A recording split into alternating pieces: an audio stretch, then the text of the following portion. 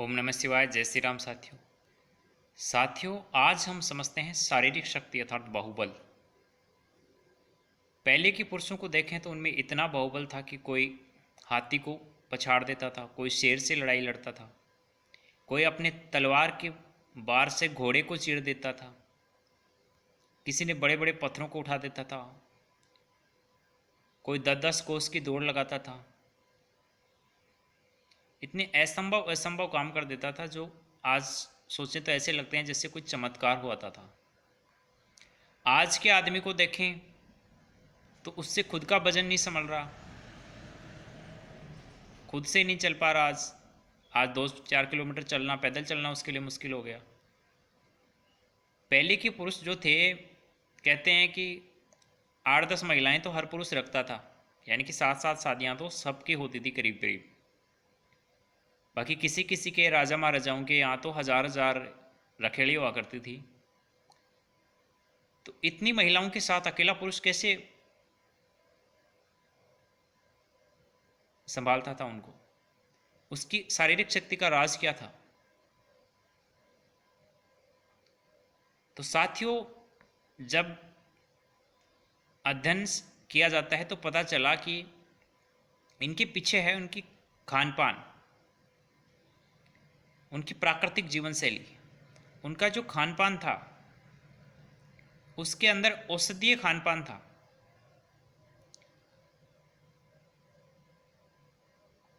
जिनको आधुनिक भाषा में हम मसाले कह सकते हैं। हमने उनकी व्यवस्था बिगाड़ दी है, आज हमने उनके खाने का तरीका बिगाड़ दिया है। औषधीय खान पान और घी दूध का खान पान था। पहले के लोग घी ज़्यादा खाते थे। फिर द्वापर के अंदर हमारे यहाँ दही ज़्यादा खाया जाता था। भगवान कृष्ण को दही सबसे बढ़िया उनका भोग था। राम जी के समय में, त्रेता के युग में, लोग फल फ्रूट ज़्यादा खाते थे, कंदमूल फल खाते थे। लेकिन कलयुग के अंदर लोगों ने क्या कर दिया? चाय पीना स्टार्ट कर दिया। घी दूध के स्थान पे चाय पीना स्टार्ट कर दिया और ये फास्ट फूड खाना शुरू कर दिया। गेहूं की अधिक रोटी खाना शुरू कर दिया। बाजरे को और मक्का को लोग भूल गए, जो देसी खाना था। इसलिए लोगों की जो शक्ति है, जो पुरुष की, जो स्त्री की जो शक्ति है, वो परस्पर धीरे धीरे कमज़ोर हो गई। उनकी इम्यूनिटी इतनी कमज़ोर हो गई कि सामान्य सा मौसमी परिवर्तन उनको 10 से 15 दिन के लिए बीमार कर देता है। किसी किसी के तो इतने बुरे हालात हैं कि 5-10 हज़ार की टैबलेट हर महीने लेता ही लेता है। अब फिर कह रहे हो कि तलाक क्यों हो रहे हैं? भाई, तलाक इसीलिए हो रहे हैं कि पुरुष स्त्री को संभाल नहीं पा रहा है, उसको संतुष्टि नहीं दे पा रहा है। अब चाहिए उसको पड़ोसन भी, प्रेमिका भी चाहिए, उससे पत्नी संभल नहीं पा रही।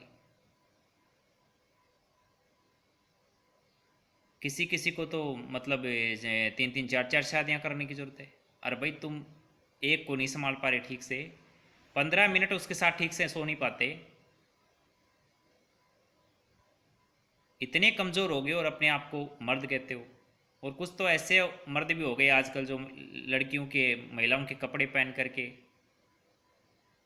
नंगा नाच करने पे तुले हुए हैं, समाज को बिगाड़ रहे हैं। पता ही नहीं कि मर्द हैं कि औरत हैं। तो भैया, अपने खान पान को सुधारो, शक्ति चाहिए तो।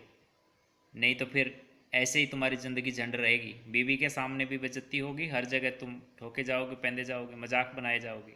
दोस्तों के साथ बैठोगे तो दोस्त मजाक बनाएंगे, बीवी के साथ सोओगे तो बीवी मजाक बनाएगी, रिश्तेदारी में कहीं जाओगे तो वहाँ मजाक के पात्र बनोगे।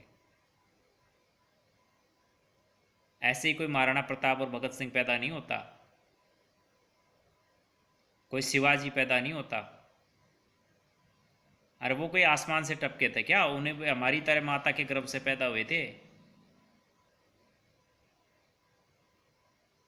लेकिन उनका खान पान ठीक था, उनके माता पिता ने उनको अच्छे संस्कार दिए थे। आज सबसे कमी यही है कि संस्कार नहीं है। आज पढ़े लिखे बहुत हैं, पहले के लोग इतने पढ़े लिखे नहीं थे। गांव में 2-4 बंदे हुआ करते थे पढ़े लिखे।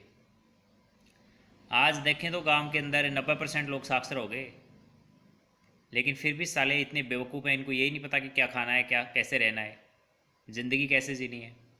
पत्नी को कैसे संभालना है, बच्चों को कैसे संभालना है, परिवार में कैसे रहना है, समाज में कैसे रहना है, गांव में कैसे रहना है, देश में कैसे रहना है।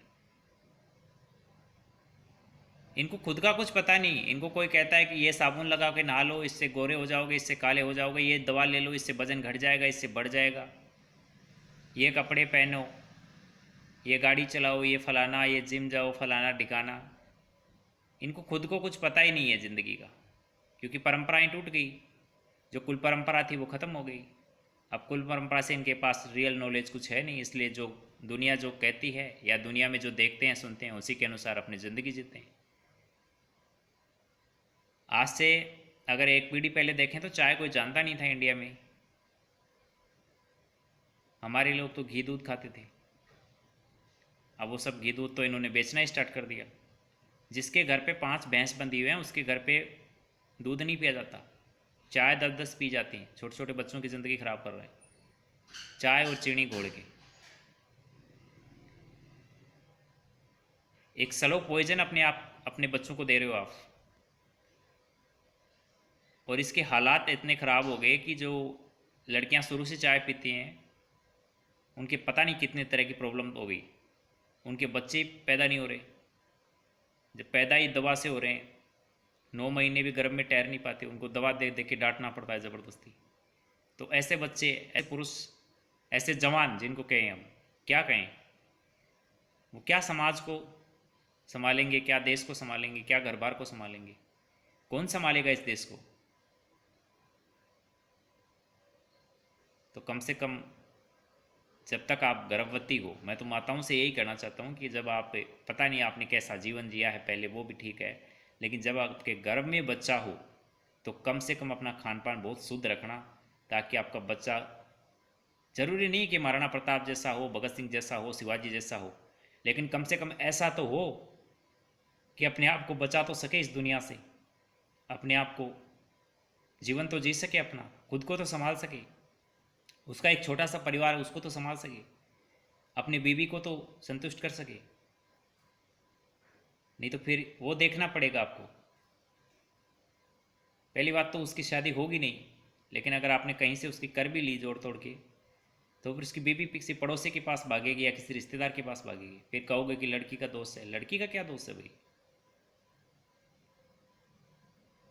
वो टिक ही नहीं पाता उसके पास 10 मिनट 15 मिनट, क्या करेगी वो। तो ऐसे नामर्दों को पैदा मत करो। हमारे मारवाड़ में कहते हैं कि मायर एडो जट के दाता की सूर, नहीं तो रीजे बांझड़ी मती गवाजी नूर। फिर क्यों अपने जीवन को खराब कर रही हो। अपने खून से सींच रही है माता, अपने रक्त से सींचती है, अपने दूध से बच्चे को पालन पोषण करती है, संस्कार देती है, शिक्षा देती है।